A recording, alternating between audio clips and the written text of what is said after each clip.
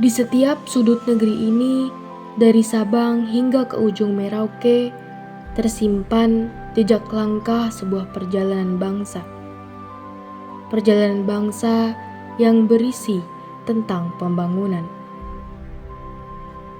Pembangunan adalah usaha terencana untuk meningkatkan kualitas hidup masyarakat di berbagai bidang, baik bidang politik, ekonomi, sosial, hingga pendidikan.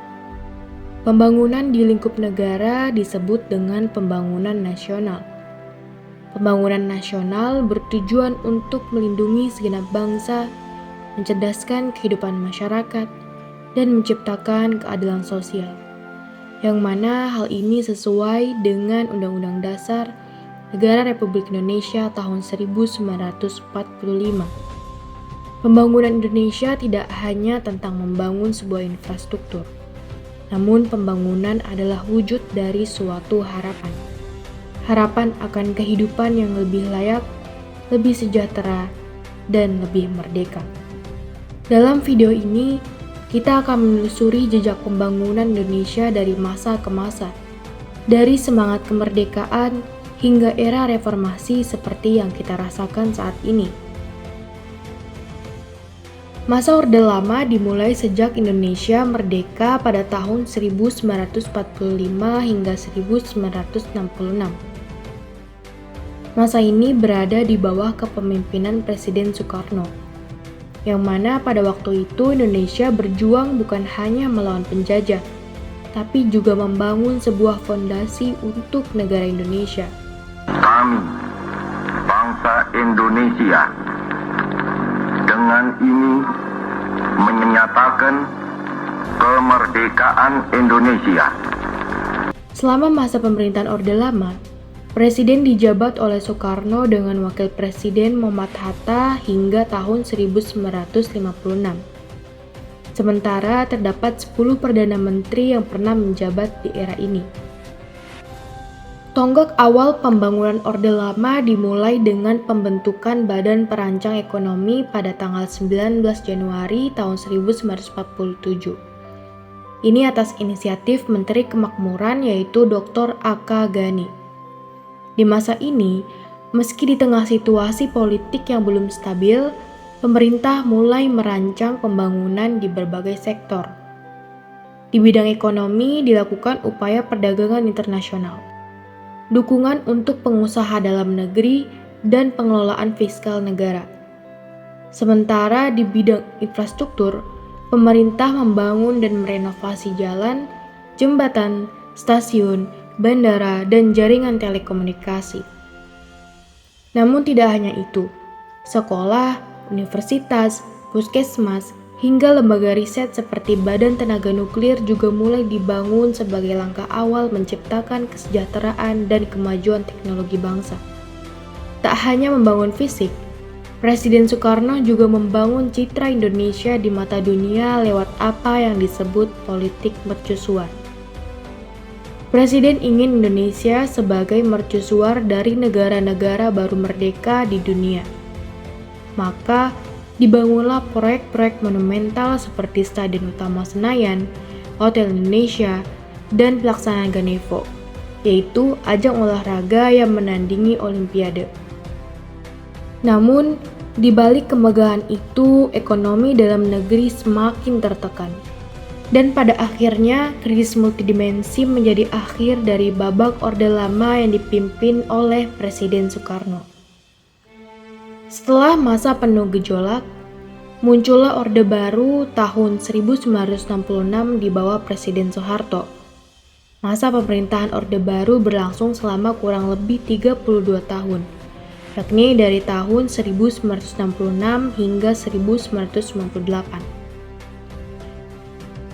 Selama masa tersebut, Presiden secara berturut-turut dijabat oleh Soeharto dengan wakil presiden yang berganti-ganti seiring dengan pergantian periode.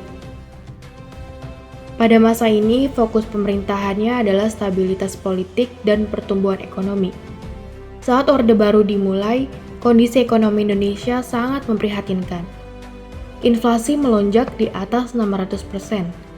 Untuk memulihkannya, pemerintah menyeimbangkan anggaran dan meminta bantuan kepada lembaga keuangan internasional. Singkat waktu, pada tahun 1968, inflasi berhasil ditekan hingga di bawah 100%. Stabilitas ekonomi dan politik pun mulai terbentuk. Pemerintah kemudian menyusun rencana jangka panjang pembangunan nasional selama 25 tahun, yang disebut PJP, atau Pembangunan Jangka Panjang. PJP dibagi dalam 5 tahapan repelita, atau yang disebut Rencana Pembangunan 5 tahun. Nah, pada pelita pertama, fokus utamanya adalah pada kebutuhan dasar dan pertanian. Kemudian pada pelita kedua, fokusnya pembangunan merata ke luar Jawa, Bali, dan Madura. Pada pelita ketiga, fokusnya adalah pengembangan industri padat karya untuk diekspor. Pada pelita keempat, fokusnya penciptaan lapangan kerja dan industri. Lalu, pada pelita kelima, fokusnya adalah penguatan transportasi, komunikasi, dan pendidikan. Melalui repelita, pembangunan nasional dijalankan secara bertahap dan sistematis. Selama PJP tahap 1, Orde Baru menjalankan program-program unggulan seperti keluarga berencana, transmigrasi, swasembada pangan, dan perluasan akses pendidikan. Setelah PJP tahap 1 berakhir, PJP tahap 2 diluncurkan. Fokus utamanya adalah pembangunan industri dan pengembangan sumber daya manusia. Pada saat itu, Indonesia ditargetkan menjadi negara maju di tahun 2019. Namun, krisis ekonomi Asia pada tahun 1997 mengguncang Indonesia. Inflasi melonjak, kerusuhan terjadi, dan pemerintahan Soeharto pun dipaksa untuk turun. Rencana PJP tahap 2 pun terhenti sebelum repelita 7 sempat dilaksanakan. Akhir Orde Baru menjadi titik balik sejarah bangsa. Krisis ekonomi yang berat memicu kerusuhan di berbagai kota-kota besar. Jakarta menjadi saksi ketika rakyat dan mahasiswa menduduki gedung DPR, mendesak diadakannya perubahan.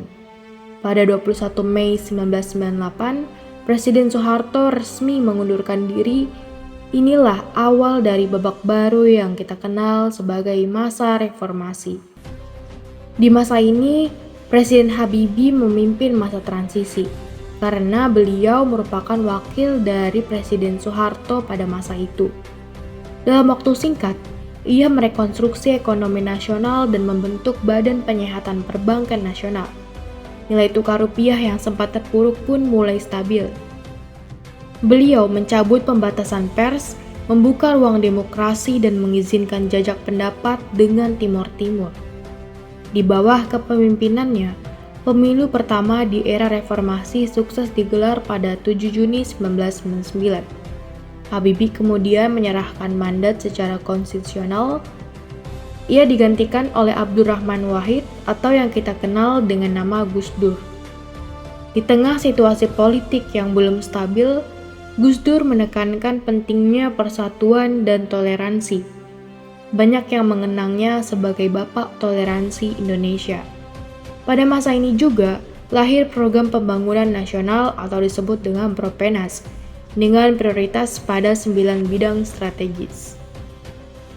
Kemudian, Megawati melanjutkan pembangunan dan masa inilah rakyat Indonesia untuk pertama kalinya memilih presiden secara langsung.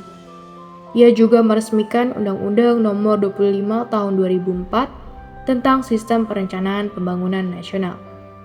Kemudian, pada tahun 2004, Susilo Bambang Yudhoyono menjadi presiden pertama hasil pemilu langsung.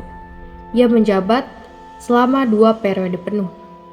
Prestasi pemerintahan SBY yang bisa dicatat adalah revitalisasi industri pertahanan atau industri strategis, keaktifan di kerjasama ekonomi internasional seperti APEC dan G20, penurunan angka pengangguran dan kemiskinan, pembentukan Badan Penyelenggara Jaminan Sosial atau yang disebut dengan BPJS, dan pembangunan berbagai infrastruktur daerah. Kemudian, estafet pembangunan berlanjut kepada Presiden Joko Widodo. Melanjutkan fondasi pembangunan jangka panjang dari era sebelumnya, pemerintah Jokowi mengambil langkah cepat melalui program Nawacita yang berisi 9 agenda prioritas nasional. Fokus utamanya adalah pembangunan infrastruktur dan peningkatan kualitas sumber daya manusia disertai reformasi birokrasi untuk tata kelola pemerintahan yang lebih efisien. Proyek strategis nasional pun diluncurkan, mencakup ribuan kilometer jalan nasional dan jalan tol, rel kereta api, bandara, pelabuhan, bendungan, hingga pembangkit listrik. Semuanya adalah untuk menghubungkan wilayah dan mendorong produktivitas. Dari masa kemerdekaan hingga kini, Indonesia telah menapaki jalan panjang pembangunan. Setiap pemimpin, setiap zaman meninggalkan jejak dan tantangannya sendiri. Semoga materi ini dapat bermanfaat, membuka pemahaman kita tentang sejarah pembangunan bangsa dari masa ke masa. Kami kelompok 11 pada mata kuliah buku teks dan materi pembelajaran IPS pamit undur diri. Terima kasih banyak atas perhatiannya dan sampai jumpa di lain waktu.